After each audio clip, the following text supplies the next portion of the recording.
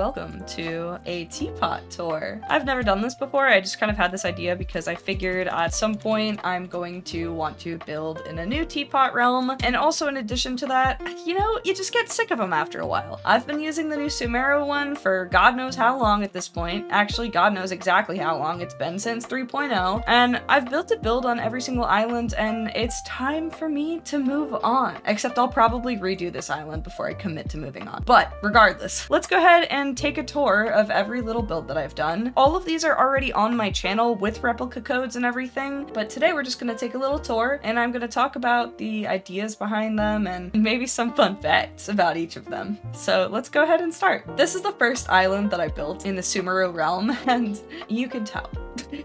There's a lot wrong with this build, and I will talk to you about every little bit of thing that I'm disappointed in, but let's take a look at what it looks like from afar. This is the front view. Let me make it daytime so you can actually see. Sorry to flashbang you there a little bit. So this is what it looks like. From far away, it looks like a very large tree house type of thing, and the camera doesn't even cover the top of the tree. Reason number one why I don't like the new main building, but that's a completely separate discussion. Let me turn off my lighting.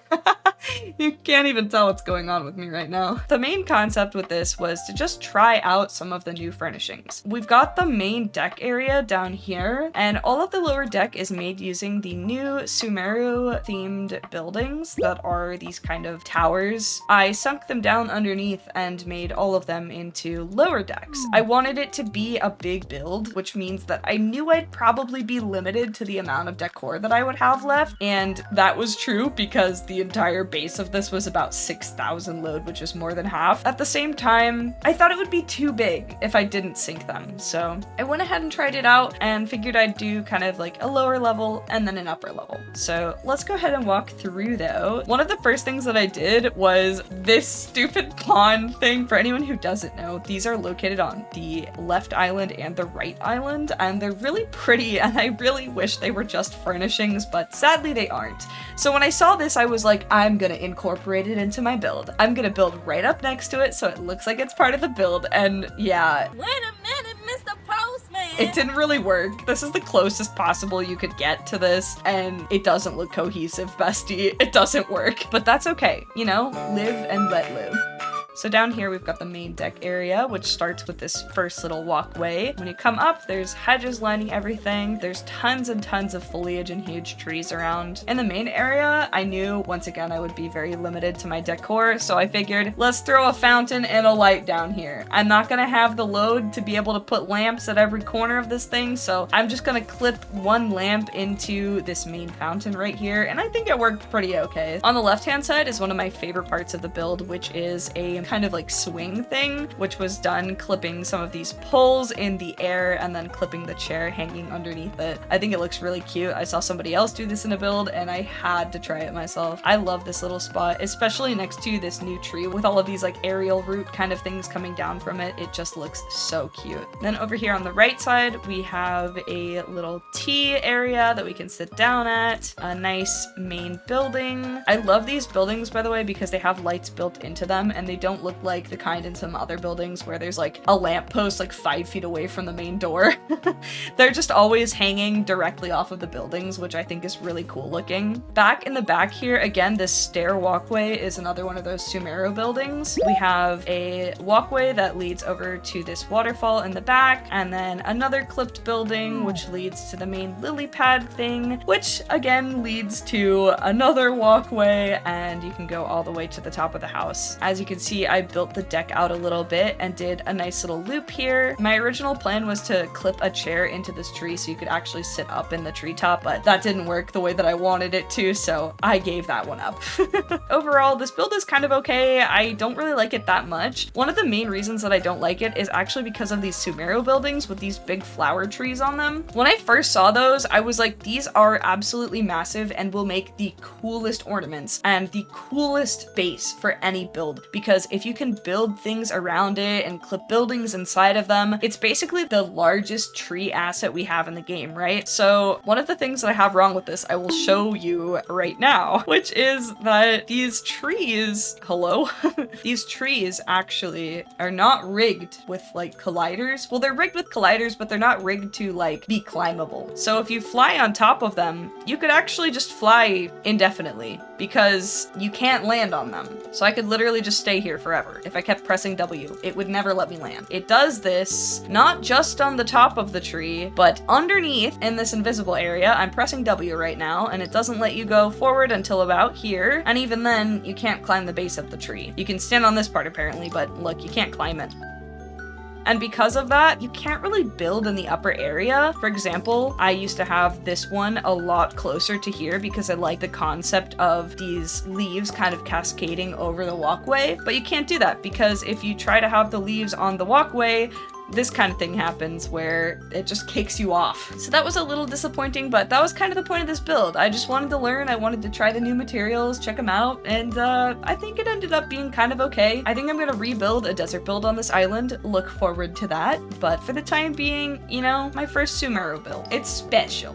All right, let's go ahead and take an aerial view at the next build before we head over there. The next one that we're gonna be checking out is this little Cottagecore build. If you like this build, by the way, and you are not on the United States server, I do have a complete tutorial on how to build this build step by step, and you can build along with me and learn how to do some teapot stuff. So if you're new to teapot and you want to try building and you can't use a replica ID, definitely check that video out. The main concept with this build was I wanted it to be pretty enclosed. As you can see, and as most teapot people know, most builds are going to not be the entirety of an island space, and that's because of the load limit. So I pretty much just tried to do that myself by enforcing this kind of like hedge area around the entirety of the build. Another reason why I built right here on this corner specifically is because 𝗬𝗽 spawns right here. Typically I try to build pretty close to where 𝗬𝗽 is just because your boy's lazy and I do not want to walk. Let's go ahead and teleport over and take a look at it. So when you load in, you load of course right next to where 𝗬𝗽 spawns like I said, and then you've got beautiful crystal flies flying around everywhere. There's a little blanket area. These are two sunken merchant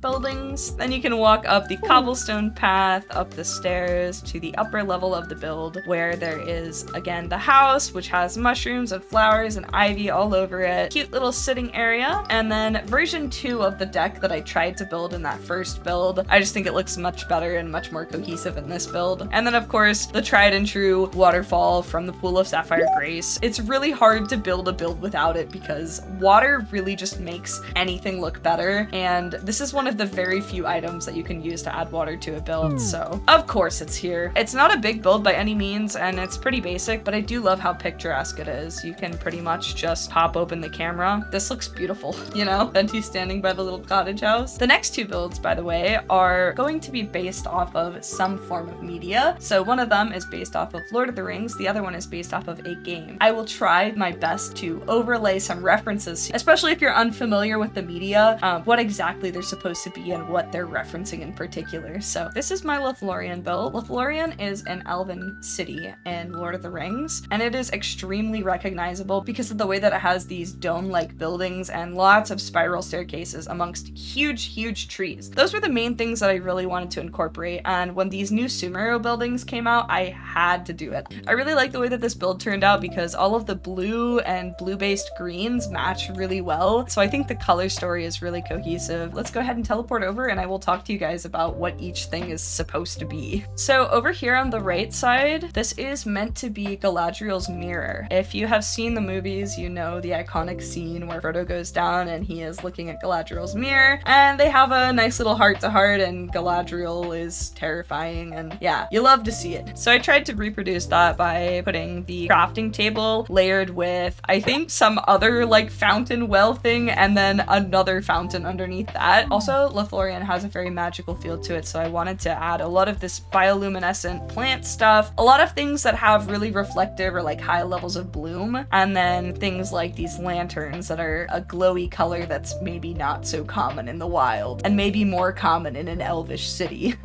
So if we follow the little cobblestone path back over here, we're led into these spiral stairs. Now, this is the thing that I get the most questions about. At some point, I will probably either stream this or do a build a pot workshop for it. By the way, if you don't follow me on Twitch, you should totally go over and follow me right now. Twitch.tv/fluxvector. I stream every Tuesday and Thursday at 7:30 p.m. EST. But if I get around to it, I'll probably do a build a pot workshop or live stream where I talk you through the entirety of this build, especially go through the stairs method. There are tutorials on this online if you don't know how to do it, but it is kind of a pain to learn how to do. There's a lot of troubleshooting and it kind of has to be a little bit perfect for it to work. So this is the main thing that I'm happy about. This is a new thing that I had to learn how to do for this build in particular. If you walk all the way up the spiral stairs, you are led to the top upper area. Now, one of the things that I don't like about this build is that the upper area, if you look down there, there's no support system underneath there, and that's really bothered me. Sometimes you just have to be happy with the way that things are. Art's allowed to be imperfect, and this is definitely an art form. You get to be creative with it, and there's no support system, and I'm okay with it. This upper area is supposed to be the area where the Fellowship meets with Galadriel. I tried to be reminiscent of the small steps that they have on either side, so I made the stairs here have a very light increase as you go up, and then of course this is supposed to be the area where they actually end up talking with this nice little backdrop here. Let's go ahead and move on to our last build. I will show you an aerial of it now. My last build is based off of a city in a game called 𝗂𝗦𝗽. I don't know how many of you have played it. It's pretty old. It was a Wii game where you are a god and your main attack weapon is a paintbrush, and you learn all of these paintbrush skills to get along in adventure. It does not look good from an aerial view at all, especially because you can see all of the areas where I levitated things, but you know, that's okay. Sometimes things don't look good from certain angles, and that's also part of Teapot. If you watch builds and you're like, wow, this build looks so good, it's because we choose the angles to show you. The build looks like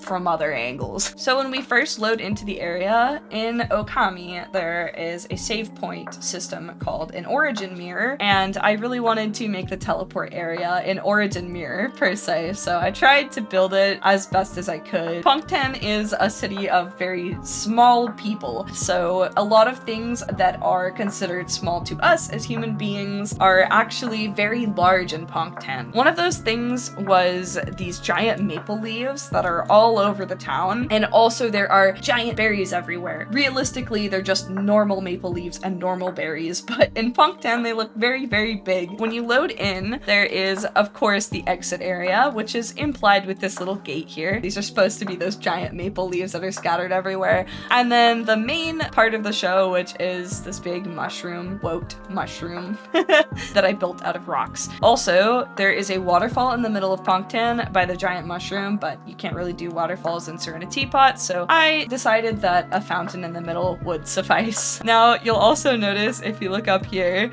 I have these floating pink cacti everywhere, and these are supposed to be, I think they're called Konohana blossoms. One of your abilities is called Vine, and you can latch onto these blossoms and launch yourself across the map. And so I kind of wanted to create those. So within Ponc'tan, there's lots of lily pad areas and little chests scattered around. I wanted to put a couple of areas with chests. It's just like in the real game where you go and collect stuff. There is another area. This is supposed to be a reference to the clovers that are in the game. There's these clovers that you can bring back to life using your paintbrush, and there's definitely one in Ponc'tan in the backside that has sprouted up from a sandy area, so I flipped one of those sand landforms underneath this to kind of make it look like that same area over there. Then if you cross back over, we can go ahead and look at some of the buildings that are within the town itself. So we've got this one here. There's no giant berry item in Genshin, but there is a big red fluffy bush that I can use to imply the same colors as the berries. If we cross back over here, we have a little shopping area. There's lots of shopping to do in Ponc'tan. You can buy weapons and stuff, so I wanted to kind of mimic that. Another chest area over here with another blossom flying above our heads, and then a waterfall against the wall as well. Lastly, there is a little area over here with another building,